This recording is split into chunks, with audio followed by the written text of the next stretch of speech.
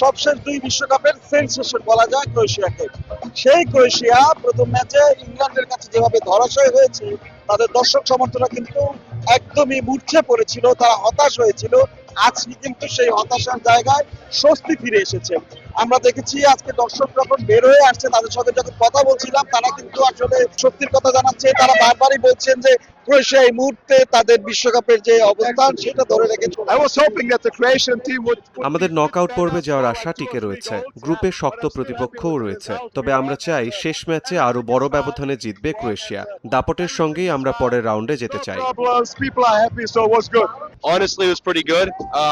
আমরা আশা করেছিলাম ক্রোয়েশিয়া 2 বা 3 গোলের ব্যবধানে জয় পাবে, কিন্তু তা হয়নি। তবুও আমরা খুশি, ফুটবলাররা সেরাটা দিয়ে পারফর্ম করেছে। এটাই আমাদের কাছে বড় স্বস্তি। রুচি চানাচুর 300 গ্রাম ও 500 গ্রামের ফ্যামিলি প্যাক, এক প্যাকে পুরো পরিবার। প্রথম ম্যাচে একটা বড় ধাক্কা খাওয়ার পরে আজকের ম্যাচে যে জয়, এই জয়টা আসলে ক্রোয়েশিয়াকে বিশ্বকাপে টিকিয়ে রাখলো। তবে সামনের যে তাদের ম্যাচটি, অর্থাৎ ঘানার সঙ্গে যে ম্যাচটি, সেই ম্যাচটি কিন্তু আসলে বলা হবে তাদের জন্য অগ্নি পরীক্ষা। কারণ ঘানার কিন্তু যে অবস্থা রয়েছে পয়েন্ট টেবিলে, তাতে ঘানা যদি কোনো রকম ড্র করতে পারে, সেক্ষেত্রে কিন্তু ঘানার ক্ষেত্রে দ্বিতীয় রাউন্ড নিশ্চিত। কিন্তু পক্ষান্তরে ক্রোয়েশিয়ার কিন্তু জয়ের কোনো বিকল্প নেই। সেক্ষেত্রে বলা যায় এই গ্রুপের যে খেলাটা, সেটা কিন্তু আসলে পুরোপুরি জমে উঠেছে। পক্ষান্তরে ইংল্যান্ড কিন্তু কিছুটা হলেও স্বস্তিতে রয়েছে, যেহেতু তাদের গোল বেশি সবকিছু মিলিয়ে।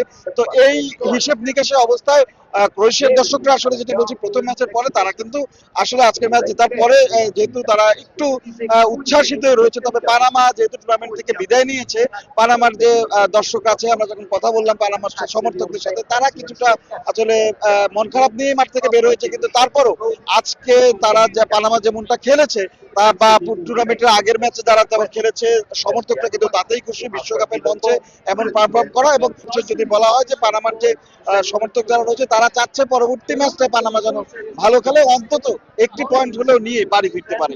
গত দুই বিশ্বকাপের সেন্সেশন ক্রোয়েশিয়ার শুরুটা মোটেও ভালো হয়নি, তবে আজকের এই জয় তাদের টুর্নামেন্টে টিকিয়ে রাখলো। সেক্ষেত্রে পরের ম্যাচ ঘানার সঙ্গে জয়ের কোনো বিকল্প নেই তাদের। আর ঘানা যদি ড্র করতে পারে, তাহলেই তাদের সামনে দ্বিতীয় রাউন্ড।